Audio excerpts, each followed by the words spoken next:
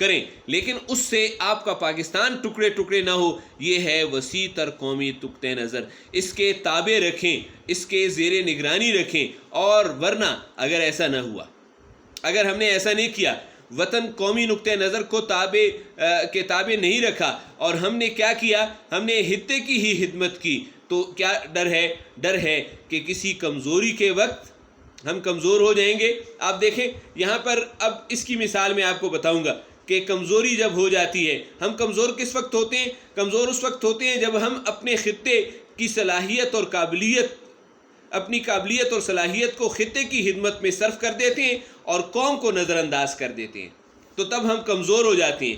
اور اس کمزوری میں فائدہ کون اٹھاتا ہے؟ غیر ملکی سازش۔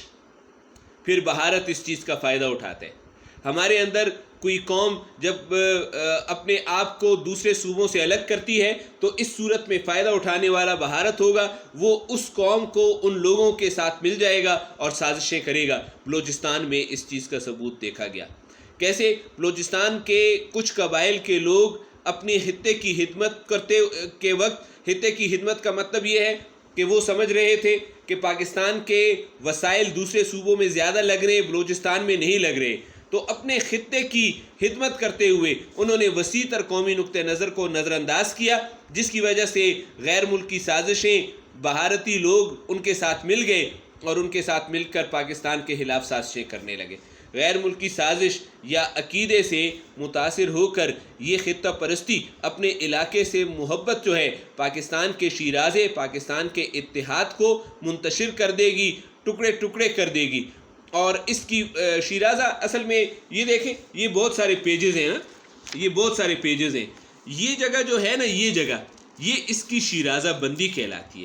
اس جگہ نے دیکھیں کیسے بہت سارے پیجز کو باندھا ہوا ہے۔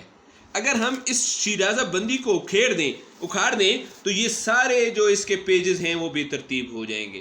اس طرح ہم سارے ہیں، یہ پٹھان ہیں، یہ بلوچی ہیں، یہ سندھی ہیں، یہ پنجابی ہیں، یہ آوان ہیں، یہ سواتی ہیں، یہ جدون ہیں، یہ عباسی ہیں، یہ ہم سارے یہ ہیں۔ ہم سب کو جوڑا ہوا کس نے ہے؟ ہم سب کو جوڑا ہوا اس شیرازے نے، اور شیرازہ کیا ہے؟ پاکستان ہے۔ تو منتشر کر کے یہ شیرازہ کہیں منتشر نہ ہو جائے، ٹکڑے ٹکڑے نہ ہو جائے، اور وحدت پاکستان کے اتحاد کو بالکل مٹا ہی نہ دے، ختم نہ ہو جائے۔ اس کی مثال یہ کتاب سے میں نے دی گئی ہے، جیسے یہ کتاب کا یہ حصہ بائنڈنگ والا حصہ ہوتا ہے۔ یہاں بہت سے لوگ مقامی زبانوں کی محبت کا واسطہ دے کر، بہت سارے لوگ ایسے بھی کرتے ہیں کہ وہ مقامی زبانوں کی محبت کا واسطہ دیتے ہیں۔ مقامی زبانیں کون سی ہیں؟ ہندکو، پنجابی، سندھی، پشتو وغیرہ، ان کی محبت کا واسطہ دیتے ہیں، ان کا نام لیتے ہیں، اور کیا ساتھ اس سے کیا ہوتا ہے؟ اس سے خطے کا تعصب ابھارتے ہیں، اپنے علاقے کی محبت کا ذکر کرتے ہیں۔ جیسے میں کہوں کہ پشتو زبان کو میں پروموٹ کر رہا ہوں اور پشتو زبان کو ترقی دوں گا، تو یہ اصل میں کیا کر رہا ہوں؟ یہ میں صوبہ خیبر پختونخوا کے خطے کے تعصب کو ابھار رہا ہوں کہ ہم اپنے صوبے کے ساتھ جو ہیں وفادار ہیں، ہم اپنے صوبے کو الگ کریں گے، ہمارے صوبے کے وسائل باہر نہیں جائیں گے، ہم اپنے صوبے کے وسائل کو باہر نہیں جانے دیں گے۔ یہ پشتو کا نام لے کر میں نے خطے کا تعصب ابھارا ہے۔ ہم میں سے بہت سے لوگ اس کو ایک معصوم سی تحریک سمجھتے ہیں۔ جب پشتو زبان کی ترقی کے لیے کوئی تحریک شروع ہوتی ہے تو ہم کہتے ہیں کہ معصوم ہے کہ اس سے کیا نقصان ہو سکتا ہے، لیکن نہیں، ہر ذی فہم آدمی، ہر عقل مند آدمی کو معلوم ہے، وہ جانتا ہے کہ پاکستان کے بعض خطوں کی، بعض علاقوں کی لسانی تحریک، زبان سے محبت کی تحریک دراصل نسلی تحریک ہے۔ وہ کسی نسل کو پروموٹ کر رہے ہیں، زبان کو پروموٹ نہیں کر رہے، نسل کو پروموٹ کر رہے ہیں، خطے کو پروموٹ کر رہے ہیں۔ اور اس کے پیچھے زبان کی ترقی کا جذبہ اتنا نہیں ہے، وہ یہ نہیں چاہتے کہ زبان کی ترقی ہو جائے۔ وہ کیا چاہتے ہیں؟ علاقائی ریاستوں کا وہ خواب ہے، وہ اپنے علاقے کو پاکستان سے الگ کرنا چاہتے ہیں۔ علاقائی ریاستوں کا خواب بلوچستان صوبہ پاکستان سے الگ ہو جائے، ایسا نہیں ہوگا۔ جو ہمارے ملک کے بعض کم فہم بھائیوں، یہ بات کیسے آ گئی ہے؟ یہ ہمارے نادان دوستوں کے دل و دماغ میں آ چکی ہے کہ ہم اپنے زبان کو ترقی دیں گے، اس سے ہماری علاقائی ریاستیں الگ ہو جائیں گی اور پاکستان کا اتحاد ٹکڑے ٹکڑے ہو جائے گا۔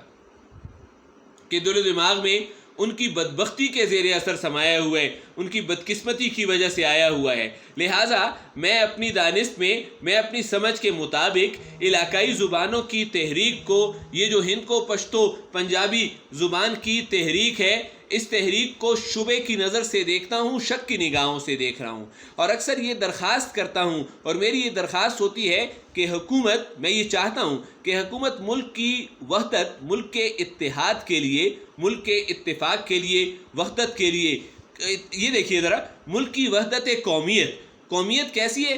قوم کو اکٹھا کرنے کے لیے جو اتحاد کے لیے جو ملک بنا ہے، ملک کی وحدت قومیت، پاکستان میں ایک قوم کا اکٹھا ہو جانا، یعنی مسلمان قوم کا، اس کی خاطر، اس کے لیے اس لسانی تعصب کو، اس زبان کا جو تعصب اس وقت پیدا ہو رہا ہے، اس کو، جس زبان کی وجہ سے جو ہم بکھر رہے ہیں، اس تعصب کو پھیلنے سے روکے اور مقامی زبانوں کی ترقی، علاقائی زبانوں کی ترقی کے ہر منصوبے کے پس پردہ محرکات کا بھی جائزہ لیتی رہے۔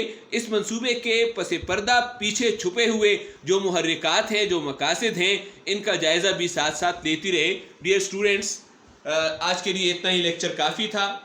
یہ معلومات بہت ہیں، ان کو نوٹ کر لیں اور ممکن ہو تو واٹس ایپ نمبر پر سینڈ کر دیں۔ اگر آواز میں کوئی مسئلہ ہے تو آپ بتا سکتے ہیں، اس کے لیے مائک کا انتظام کیا جا سکتا ہے۔ شکریہ، والسلام۔